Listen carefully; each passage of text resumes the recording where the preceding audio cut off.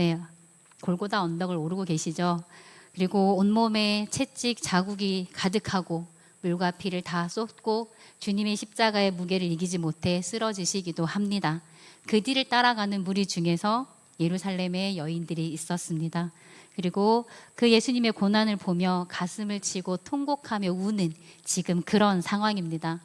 네, 이들의 눈물은 어떤 눈물일까요? 그냥 예수님이 죽으시니까, 내가 따라다녔던 예수님이 돌아가신 십자가를 지시니까 그래서 슬퍼서 우는 눈물일 수 있습니다. 네, 그리고 바로 그때 예수님은 걸음을 멈추시고 그들을 돌이켜 보시며 놀라운 말씀을 하십니다. 오늘 이 말씀처럼 예루살렘의 딸들아 나를 위하여 울지 말고 너희와 너희 자녀를 위하여 울라.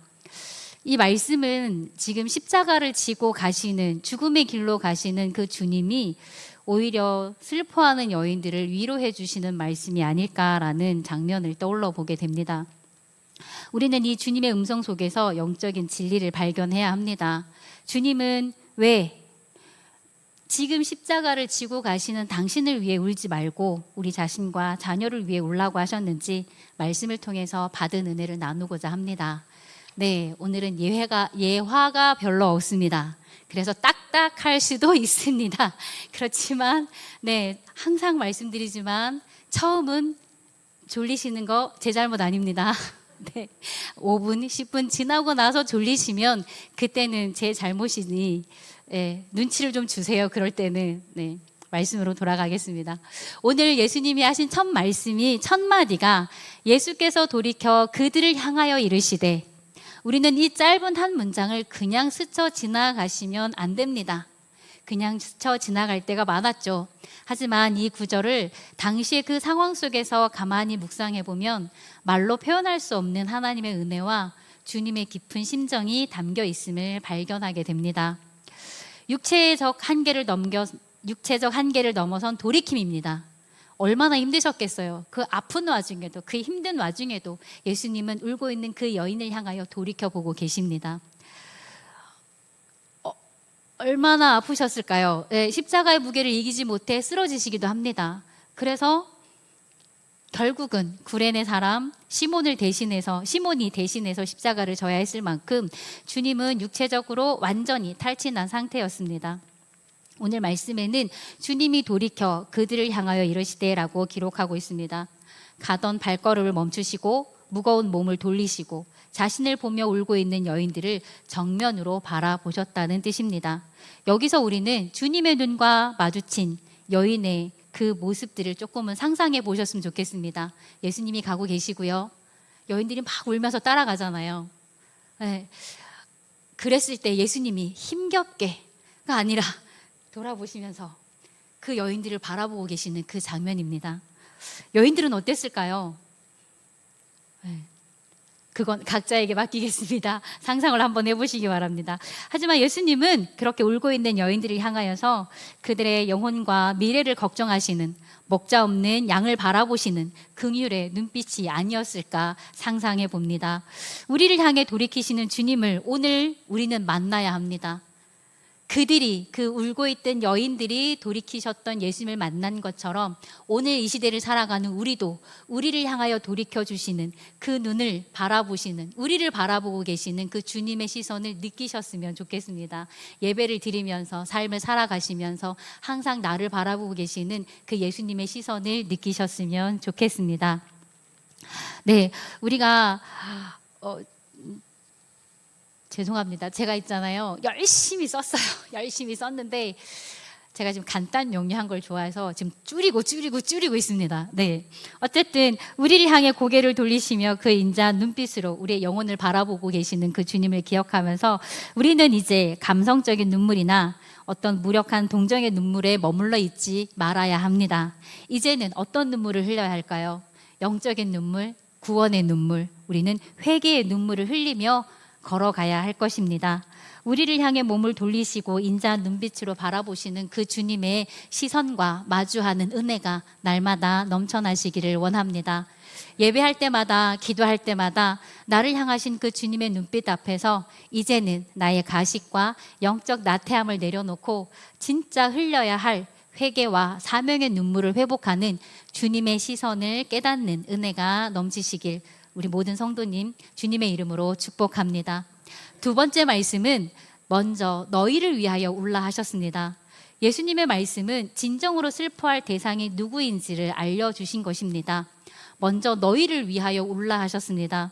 정말 울어야 할 대상은 십자가를 지고 가시는 지금 예수님이 아니라 바로 우리 자신이라는 것입니다. 예수님께서 십자가를 지시고 고난을 당하는 일은 사명이었고 인류를 구원하시기 위한 하나님의 뜻을 따르는 순종의 길이었고 또 예수님의 십자가는 하나님의 구원의 역사의 한 부분이었고 또 예수님의 십자가는 인류를 향한 하나님의 사랑이었습니다. 그러므로 십자가의 길을 가는 예수님을 위해 울지 말라는 것입니다.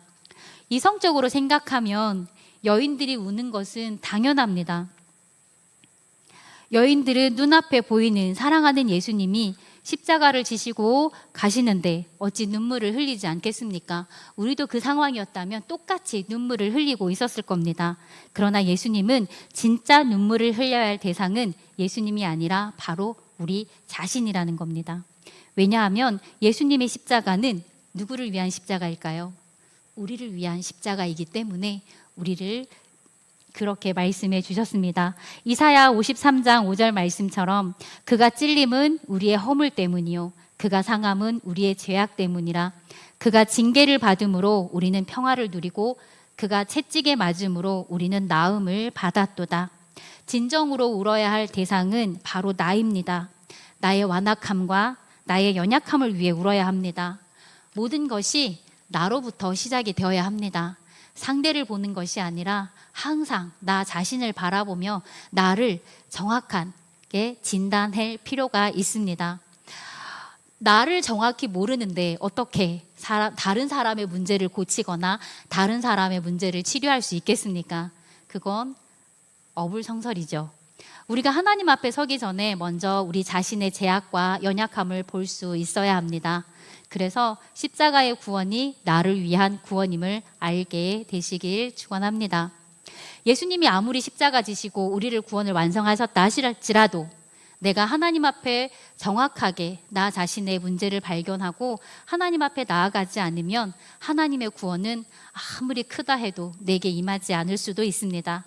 사도 바울이 왜 자신의 고백을 죄인 중에 괴수라고 고백하였을까요? 이렇게 자신의 진정한 모습을 알아야 예수님의 십자가의 은혜가 깨달아지고 그 은혜를 사모하게 되는 줄 압니다. 그러므로 십자가 앞에서 우리는 항상 자신을 돌아볼 수 있어야 합니다.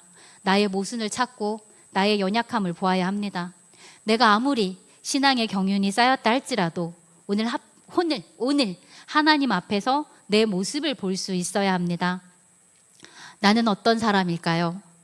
내가 가슴을 치며 울어야 할 일들이 얼마나 많습니까?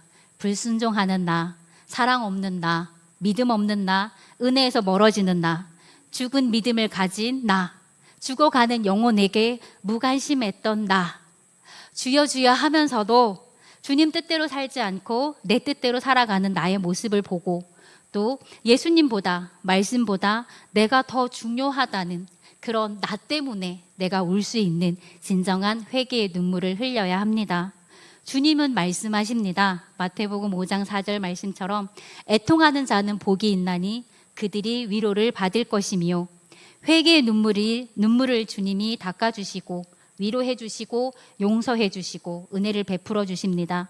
그러므로 무엇보다 우리 자신을 위해 하나님 앞에 나와 울 수 있는 저와 여러분이 되어지시기를 주님의 이름으로 부탁을 드립니다. 네, 지금까지는 서론이었습니다. 이제 마지막 제가 정말로 하고 싶었던 말씀이 이 말씀입니다. 너희 자녀를 위하여 울라고 하셨습니다. 이 말씀을 함께 나누고 싶었습니다. 오늘날을 살아가는 우리 교회와 부모님들은 다음 세대를 정확하게 명중하게 이야기하고 있는 말씀입니다. 너희 자녀를 위하여 울라. 우리가 살아가는 이 시대의 자녀들은 어떻습니까? 겉으로는 역사상 가장 풍요롭고 정말 편리한 시대를 살아가고 있습니다. 좋은 옷을 입고 좋은 음식을 먹고 높은 수준의 교육을 받고 그러나 그들의 영혼은 어떨까요? 제가 어제 주일학교 예배를 준비하면서 AI를 한번 의지를 해봤습니다. 구글에 들어가서 고넬료의 이야기를 가지고 숨은 그림 찾기 만들어줘. 만들어줬을까요? 안 만들어줬을까요? 네, 만들어주더라고요. 숨은 그림 찾기 만들어주는데 처음에는 좀 만들어주긴 했는데 갈수록 얘가 엉망진창이 되는 거예요. 성경책이 뿅명책이 되기도 하고 말도 이상하게 되기도 하고 어쨌든 그런 시대를 살아가고 있습니다, 우리 아이들이. 그래서 뭐든지 안 될 때는 누구한테 갈까요, 얘네들이? AI한테 가고 있습니다. AI한테 물어보기도 하고 컴퓨터를 의지하기도 하고 게임을 의지하기도 하고 또 뭔가 질문을 하잖아요. 그러면 어디를 찾을까요? 유튜브를 찾고 있습니다. 유튜브에서 다 알려줍니다. 네, 그러면서 그런 시대를 살아가고 있는 우리 아이들 틈 속에 하나님이 들어갈 틈이 없어서 너무나도 슬픕니다. 그리고 다 해주는데 하나님이 필요가 없다라고 말하는 이 시대를 살아가고 있는 우리 아이들입니다. 우리 자녀들의 믿음이 정말 뿌리째 흔들리고 있는 이 시대를 살아가고 있습니다. 많은 부모님들은 자녀들이 세상적으로 성공하기를 원합니다. 성적이나 대학 입시, 좋은 직장을 위해서 밤잠을 설쳐가면서 그들을 염려하고 물질적인 것 아끼지 않습니다. 저 또한 저를 좀 살펴보니까 우리 아이들한테 그러고 있더라고요. 물질적으로 뭔가 부족함 없이 너 그거 하고 싶어? 그래 해. 너 그거 사고 싶어? 그래 너 그거 사. 이렇게 되더라고요. 저도 안 그래야지 하면서도 뭔가 물질적인 풍요로움이 약간 아이들한테는요, 약간 부족하다 싶을 정도로만 해줘야 되거든요. 좀 부족하게끔. 근데 어느 순간부터 저도 그래 너 그거 하고 싶어 해. 그래 너 그거 사고 싶어 이렇게 되는 거예요. 그래서 저도 하나님 앞에 오늘 이 말씀을 묵상하면서 하나님 죄송합니다. 이제는 물질적인 어떤 풍요로움보다 믿음의 유산을 좀 남겨줄 수 있는, 그래서 이 아이들이 말씀으로 살아가고 신앙으로 살아가고 하나님의 말씀 하나님 앞에만 이들이 살아갈 수 있는, 물론 세상의 교육도 중요하잖아요. 그렇지만 그 중에서 가장 우선적으로 생각해야 될 건 믿음의 유산임을, 또 신앙의 고백임을, 하나님을 잊어버리면 안 되는 것을 이 아이들에게 교육하고 있습니다. 어느 날 갑자기 우리 애기 아빠가 아이들한테 그런 이야기를 하더라고요. 아빠는 다 물려줬다. 더 이상 너희들에게 물려줄 것이 없다 라고 하면서 제가 그래서 물어봤어요. 뭘 물려줬는데요? 이랬어요. 아직 애들이 어린데 뭘 물려주셨을까요? 했더니 나 하나님을 아는 신앙을 다 물려줬기 때문에 너희들 이제 끝났어. 너희들이 알아서 살아. 이렇게 되더라고요. 나는 너희들이 하나님을 알고 그 신앙만 가지고 살아가면 아빠는 됐어 이러더라고요. 그래서 너희들한테 물려줄 재산이 없어. 목사가 무슨 재산이 있겠습니까? 아무것도 없어요. 근데 앞으로도 이 시대가 목사가 없는 시대가 될지도 몰라요. 어쩌면. 그러니까 아빠가 걱정이 되는 거예요. 그래서 아예 그냥 못을 박더라고요. 나는 너희들에게 다 물려줬다. 그 신앙 하나 물려줬으니 잘 지키고 가거라 이러더라고요. 이제 5학년, 3학년인데 네, 어쨌든 그래서 우리가 살아가는 이 모든 상황 속에서 자녀의 영혼을 위해서 우리가 그들의 구원과 믿음을 위해서 우리는 이제 울어주어야 할 때입니다. 우리 교회 학교 아이들 보시죠. 눈에 어떠실까요? 안 예뻐 보이실 때도 있지만 저는 너무 예쁩니다. 너무 귀합니다. 네, 우리 교회 학교 아이들을 위해서 그동안 흘려주셨던 그 눈물의 기도를 통하여서 우리 아이가 얼마나, 이 교회 학교 아이들이 얼마나 예쁘게 변하는지 몰라요. 조금씩 예수님의 흔적을 그들에게 남기고 있습니다. 성경책을 가지고 다녀요. 그리고 이 아이들이요, 성경책이 이제 신약이 어딘지 구약이 어딘지 조금은 분별합니다. 그리고 얘들아 성경 찾자 하면 성경을 제법 찾습니다. 놀랍죠? 안 놀라운가요? 당연한 일인가요? 아니에요. 근데 우리 아이들은 너무 놀라운 일이에요. 부모님은 믿지 않아요. 근데 이 아이들이 마음속에 성경책이라는 거, 신약이 어떤 건지 구약이 어떤 건지, 말씀을 찾을 때는 어떻게 찾는지, 가장 놀라운 거, 이 아이들이요 주기도문을 외웁니다. 사도신경을 외웁니다. 너무 놀랍지 않으세요? 전혀 안 놀라는 눈짓인데요. 저는 너무 놀라요. 매 주일마다 예배 드릴 때마다 처음에는 사도신경도 띄워줬었고요. 주기도문도 띄워줬어요. 근데 어느 날부터인가 이 아이들이 하늘에 계신 이네 아버지, 그리고 사도신경을 눈 감고 외우는 거예요. 그래서 이제 이거 안 띄워져요. 그래서 너무 감격이에요. 너무 감동스러워요. 우리 성도님들은 별로지만 처음 왔을 때 이 아이들의 모습과 조금씩 달라지는 이 아이들의 모습, 그리고 예수님의 흔적이 그 아이들에게 스며들어가는 그 모습이 너무나도 놀랍고 감사한 거예요. 더 놀라운 건 지난주였어요. 우리 태수가 아침에 카톡이 왔어요. 선생님 오늘 안 가요? 이러는 거예요. 우리 아이들의 특징이 뭐냐면요, 안 가요와 못 가요의 차이가 있어요. 안 가요는 이제 자기가 진짜 안 오는 거예요. 근데 못 가요는 무슨 상황이 있어서 못 오는 거예요. 근데 이 아이가 안 가요 했어요. 아, 주여 이러면서 왔거든요. 근데 이 아이가 갑자기 1시 딱 됐는데 나타나는 거예요. 너 어떻게 나타났니? 어떻게 나타났니? 했더니 아빠가 데려다 주셨대요.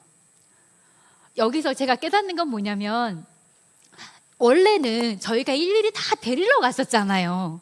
근데 이 아이가 제가 데리러 가지 않아도, 우리가 데리러 가지 않아도 안 가요 했는데도 분명히 점심 약속이 끝나고 본인 예배 시간이 남아 있으니 믿지 않는 아빠한테 데려다 달라고 해서 온 거예요. 스스로 온 거예요. 전 이게 놀라운 거예요. 이게 하나님의 은혜예요. 이게 하나님의 기적임을 고백해 봅니다. 그래서 우리 성도님들은 날마다 기도해 주시기를 부탁드립니다. 성도님들의 눈물의 기도가 있어야지만이 변할 수 있는 거예요. 우리 교사들 너무 힘듭니다. 우리 아이들이요, 온갖 말들을 다 쏟아놓기도 하거든요. 그렇지만 우리 교사 선생님들은요, 마음으로 품어요, 이 아이들이. 어쨌든 우리 성도님들이 더 기도 많이 해주시고, 그래서 눈물로 이 아이들을 기도해 주신다면 이 아이들은 하나님을 더 사랑할 것이고, 예배를 더 사랑할 것이고, 하나님의 말씀을 사랑하는 아이로 더 성장할 수 있으리라 믿습니다. 그래서 앞으로는 우리 자녀들에게 좋은 환경 물려주는 거 괜찮습니다. 그러나 가장 중요한 거, 믿음의 유산을 물려주시기를 부탁드립니다. 교육으로 사람을 똑똑하게 만들 수는 있습니다. 그러나 거룩하게는 만들 수 없습니다. 지식으로 세상의 이치를 깨닫게 할 수 있지만 구원에 이르게는 할 수 없습니다. 자녀가 하나님을 떠나면 영적으로 죽는다는 그 영적 위기감을 가지고 우리는 날마다 눈물로 기도해 주셔야 합니다. 우리 자녀들을 변화시키는 길은 오직 기도밖에 없음을, 그리고 우리 교회가, 우리 성도님들이 기도의 줄을 놓지 않는 한 우리 자녀들은 반드시 하나님께로 돌아올 줄 믿습니다. 그들의 영적인 성장을 위해서 눈물로 기도해 주시기를 다시 한 번 더 부탁을 드립니다. 우리 자녀들이 키가 자라고 지식이 자라고 지혜가 자라는 것처럼 영적인 면도 자라야 하는 것입니다. 가장 중요하고 가장 우선적인 것이 영적인 면입니다. 그런데 너무나도 안타까운 것은 지금 우리 교회 다니는 자녀들의 부모님들은 믿지 않습니다. 이 점에 대해서 이 부모님들은 무엇을 더 중요하게 여길까요?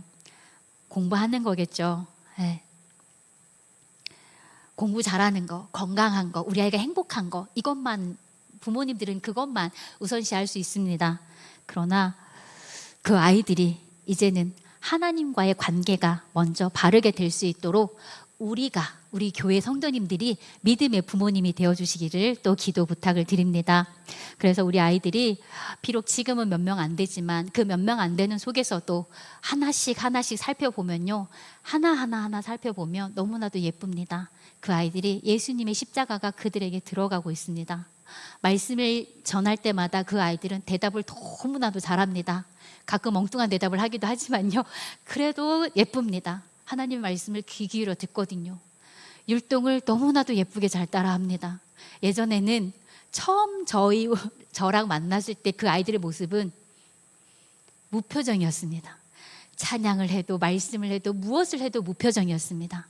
그러나 이 아이들이요, 기도해 주신 덕분에, 우리 선생님들이 정말 사랑으로 품어주신 덕분에 이 아이들이 이제는 율동도 하고 찬양도 하고 기도도 합니다. 너무나도 감사한 일이고 하나의 기적이라고 저는 봅니다. 그래서 우리 모두가 믿음의 부모가 되어서 우리의 기도 소리가 그 아이들의 귓전에 울리게 되기를 원합니다. 그래서 아무쪼록 우리 자녀들을 위해서 눈물로 기도하는 믿음의 부모가 되어주시기를 또 바라며, 하나님의 사랑받는 자녀로 또 하나님 앞에 예쁘게 우뚝 서는 그날을 바라보며 오늘도 눈물로 씨를 뿌리는 우리 성도님들이 다 되시기를 예수님의 이름으로 부탁을 드립니다. 이제 말씀을 맺으려고 합니다. 예수님은 영광스러운 보좌를 버리고 이 땅에 오셔서 우리를 위해 눈물을 흘리셨고 마침내 물과 피를 쏟으시며 십자가에서 죽으셨습니다.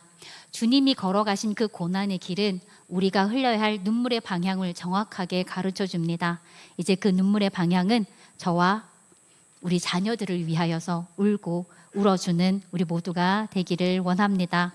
그래서 십자가 앞에서 우리를 향하여 바라보고 계시는 주님을 향하여 우리의 죄를 고백하는 회개의 눈물을 회복하시고 영적으로 무뎌진 내 심령과 다가올 주님의 심판을 바라보며 자신을 위해서 울 수 있는 또한 은혜가 있기를 바랍니다. 세속의 물결 속에서 사탄에게 영혼을 빼앗기고 있는 우리 자녀와 또 다음 세대를 위해서 눈물로 무릎으로 기도를 쏟아내야 합니다. 시편 126편 5절 말씀은 눈물을 흘리며 씨를 뿌리는 자는 기쁨으로 거두리로다 라고 말씀하십니다. 우리 자신과 자녀를 위해 흘리는 영적인 눈물은 결코 땅에 떨어져 사라지지 않습니다. 하나님이 보시기에 가장 가치 있는 보석이 될 것이고 우리의 가정을 살리고 우리 다음 세대를 살리고 이 시대를 변화시키고 천년의 영광을 향하여 달려가는 운주교회의 아마 기적의 마중물이 될 것이라 믿어 의심치 않습니다. 오늘 이 시간 메말랐던 우리의 눈물의 샘이 주님의 십자가 사랑 안에 다시 터지시기를 소망하며 또 눈물로 뿌린 기도의 씨앗이 우리 자녀들의 구원과 운주교회의 부흥이라는 영광스러운 열매로 맺어지시기를 주님의 이름으로 간절히 축복합니다. 기도하시겠습니다.